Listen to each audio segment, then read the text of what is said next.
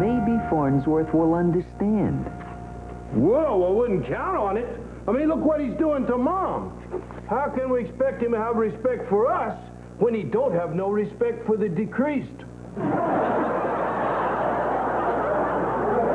The who? Mom, the decreased. The deceased. Mom was sick when she died. Hey, guys. Look, I've been thinking. I mean, this is important to us, but maybe we're blowing it out of proportion. I mean, I've been having these crazy thoughts. Hey, you're a fag. Whoa.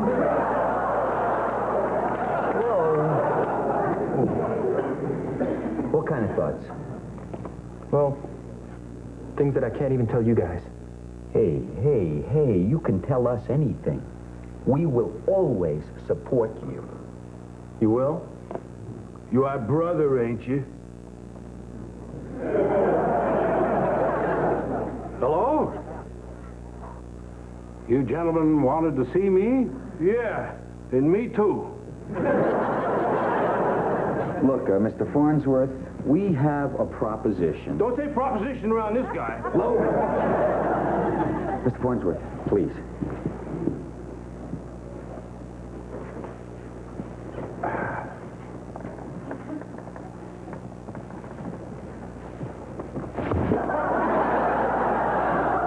I'll just pull up a chair.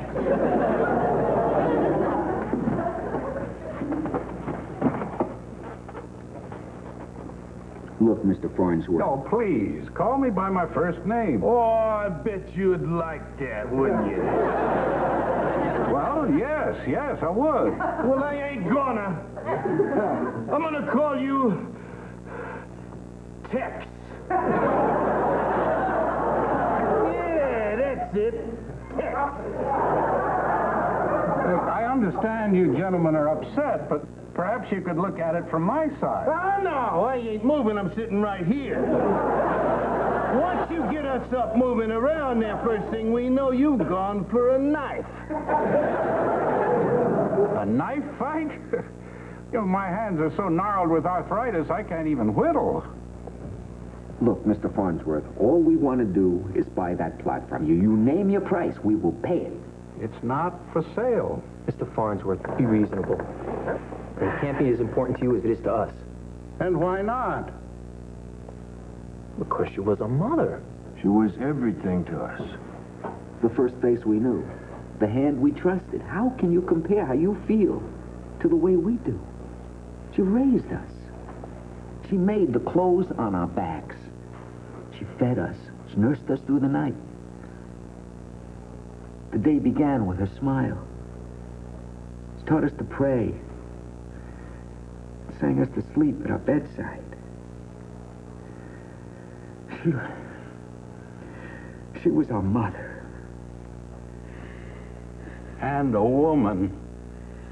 The only woman I ever loved. The only woman, but you were married. A marriage between two children, arranged by their families.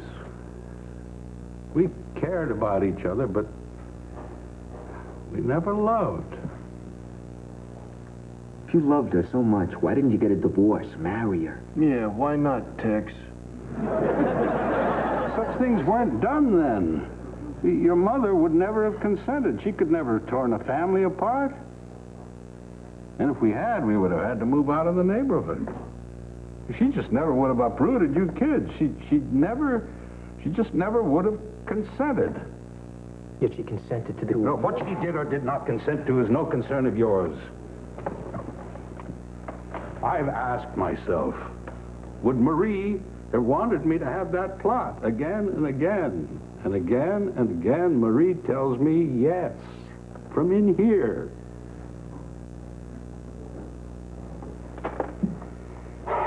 I owe you boys no such explanation, but I can see that it's eating at you.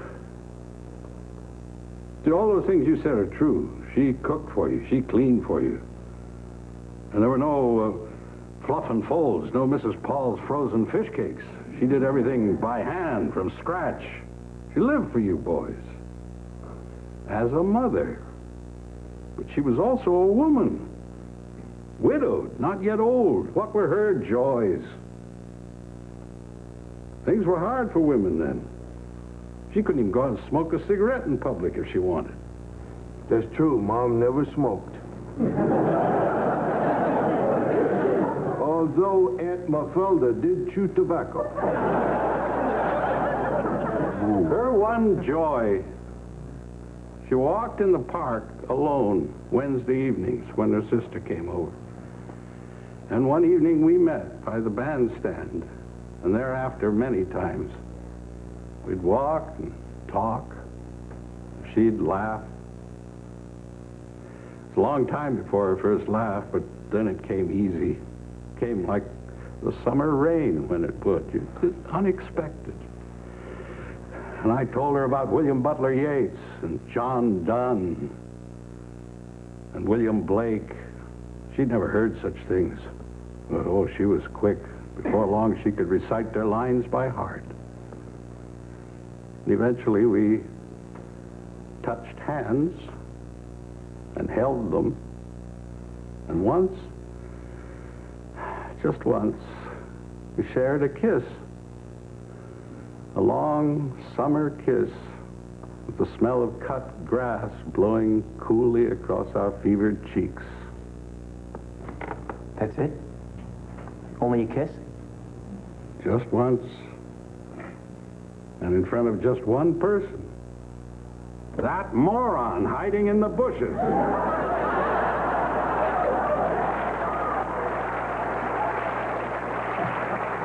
So you admit it then, Tex. I will not sell. Your mother was a woman, too. You must accept that. I'm sorry if you don't understand. I'm sorry if it hurts you. I'm not sorry I loved the woman. No, let him go. Let him go.